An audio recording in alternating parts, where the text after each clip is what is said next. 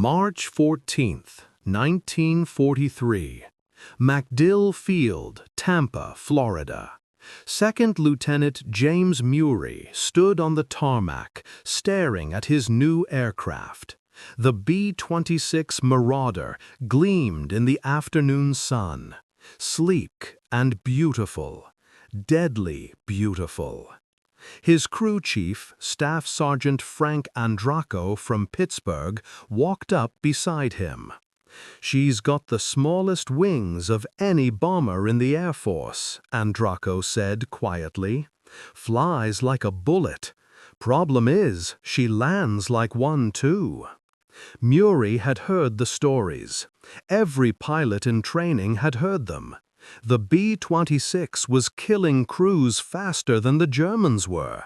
They called it the Widowmaker. They called it the Flying Coffin. They called it the Baltimore Whore because it had no visible means of support. The wings were too short, the engines too powerful, the landing speed too fast. It took off at speeds that would tear other bombers apart. It landed at speeds that gave pilots no room for error. One mistake, and you were dead. The numbers were terrifying. During the first year of B-26 operations, the aircraft had an 80% accident rate during training. 80%! That meant 4 out of every 5 crews experienced a major accident before they ever saw combat. The joke among pilots was bitter. You had a better chance of surviving combat than you did surviving training. At least the Germans gave you a fighting chance. Muri thought about his wife Eleanor back in Sacramento. He'd married her 3 months before shipping out to flight school. She was 22, worked as a secretary, loved to dance. He'd promised her he'd come home. Now he stood looking at an aircraft that the Army Air Force's own statistics said would probably kill him before he ever dropped a bomb on Germany.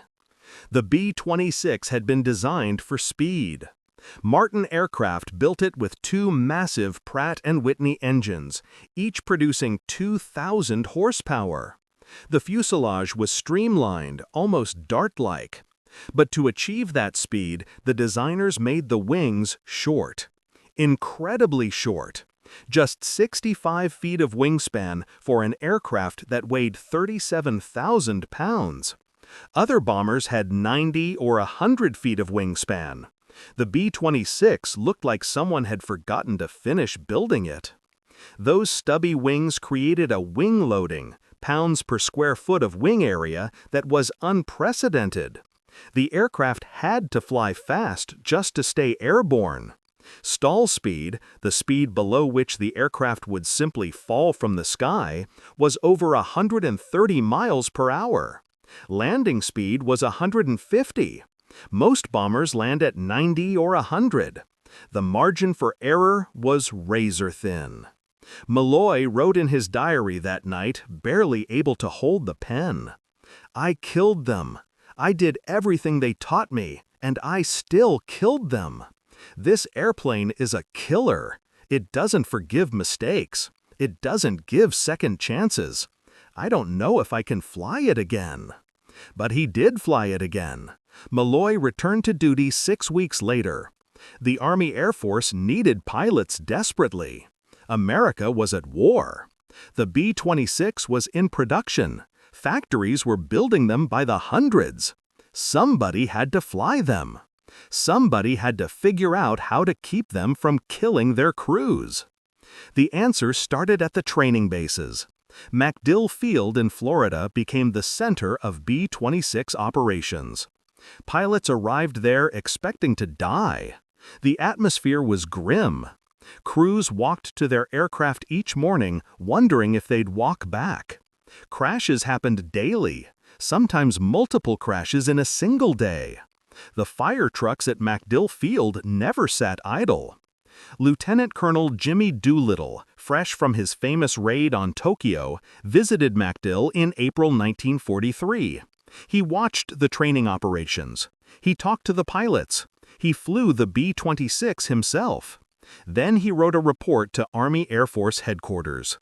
"The aircraft is not the problem," Doolittle wrote. "The training is the problem.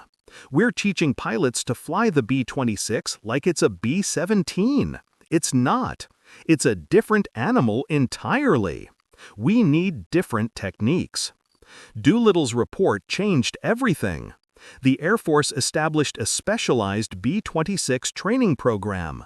They brought in their best pilots, the ones who'd survived the learning curve, the ones who'd figured out how to tame the Marauder. These experienced aviators became instructors. They developed new procedures, new approaches, new ways of thinking about the aircraft. First lesson: speed is life. The B-26 was fast. Use that speed. Don't fight it. Keep your airspeed up on approach. Don't try to slow down to normal landing speeds. Come in hot.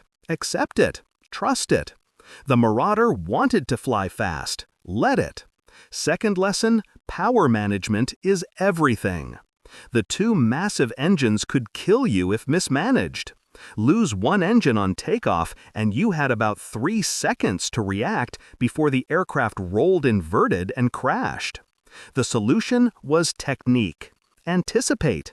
Keep your hand on the throttles during takeoff. Feel the engines. The moment you felt power loss, you had to react instantly.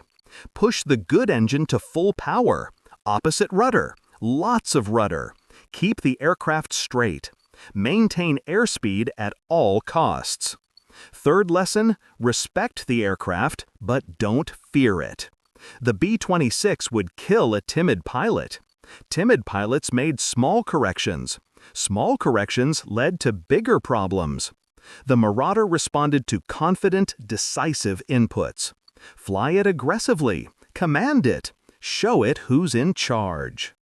Captain Vincent Gott of the 319th Bomb Group learned these lessons the hard way.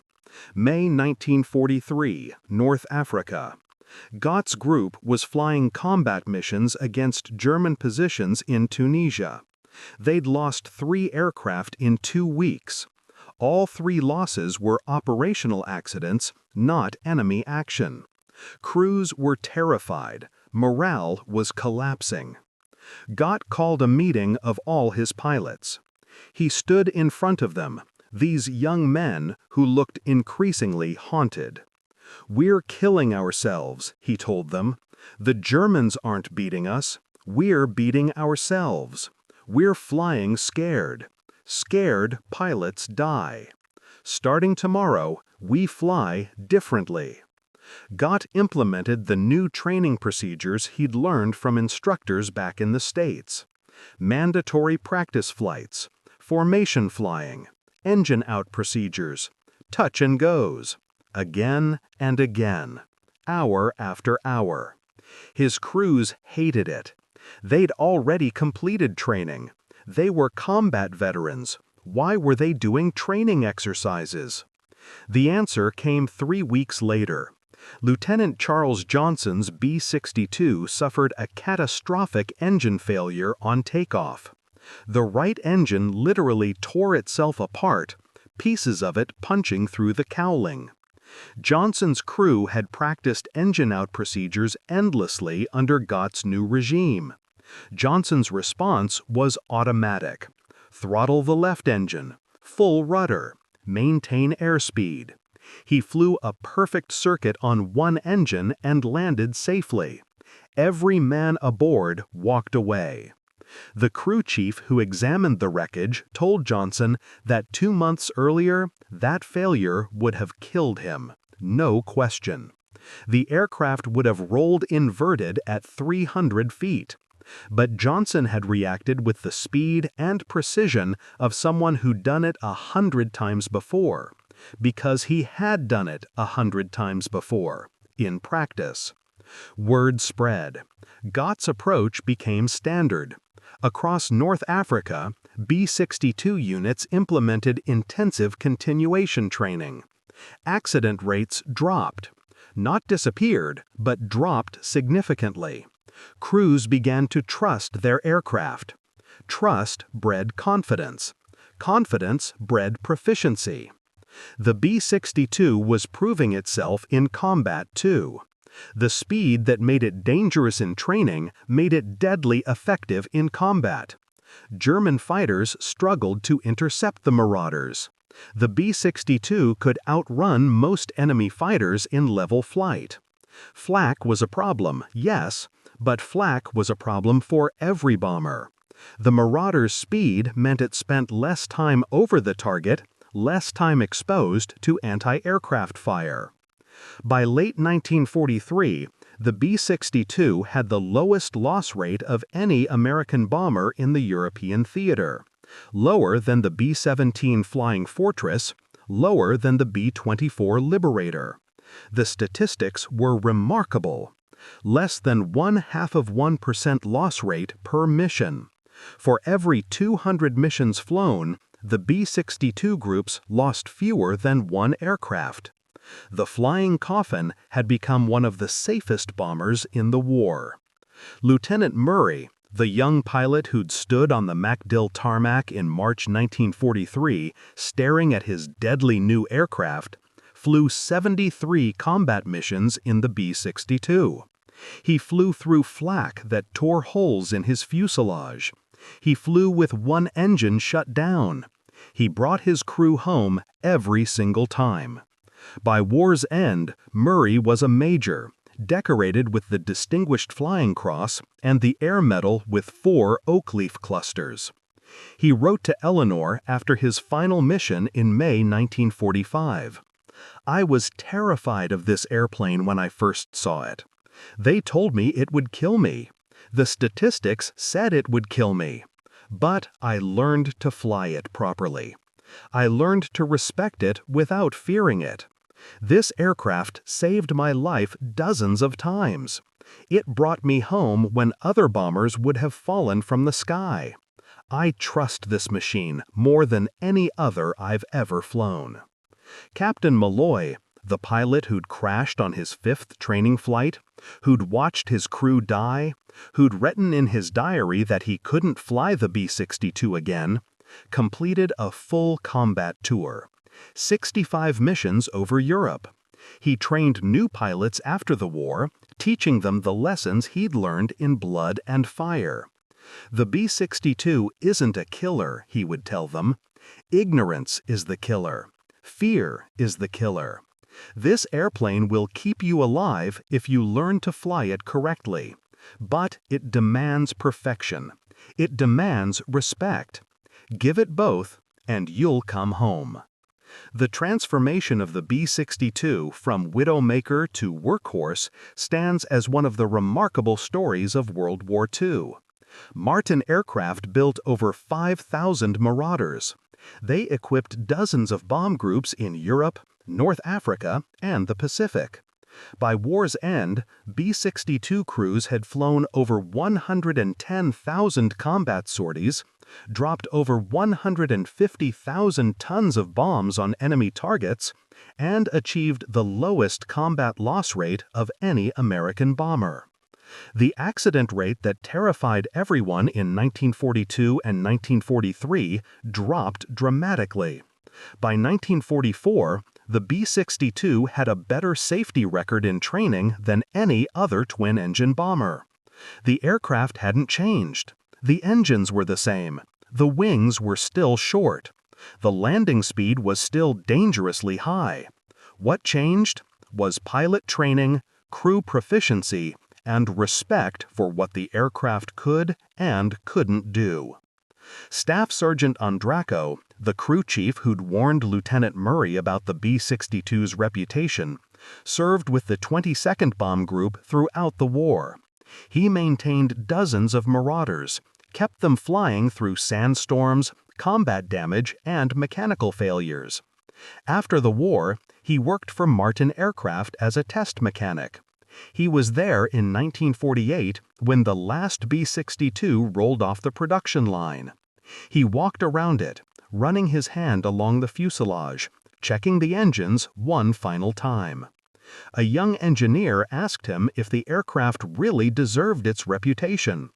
Andraco thought for a long moment. "She earned that reputation," he said. "Early on, she killed a lot of good men. But those men taught us how to fly her.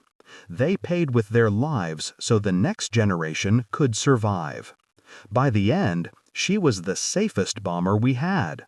The pilots who learned to fly her properly trusted her completely. She'd bring you home when nothing else would." The B-22 Marauder served until 1948, when the Air Force retired the last operational aircraft. Many ended up in scrapyards, melted down for aluminum. A few survive in museums, restored to their wartime glory. Visitors walk around them, noting the sleek fuselage, the powerful engines, and the unusually short wings. They read the plaques describing the Widowmaker, the Flying Coffin, the Baltimore Whore. They read about the training accidents, the high loss rates, the terrified crews. But they also read about the transformation, about the pilots who refused to accept that the aircraft was unflyable, about the instructors who developed new techniques, about the crews who trusted their training and brought their Marauders home mission after mission, about an aircraft that went from the deadliest in the American inventory to the safest. The lesson wasn't really about the B-26. The lesson was about what happens when courage meets competence, when training meets determination, when men refuse to accept defeat.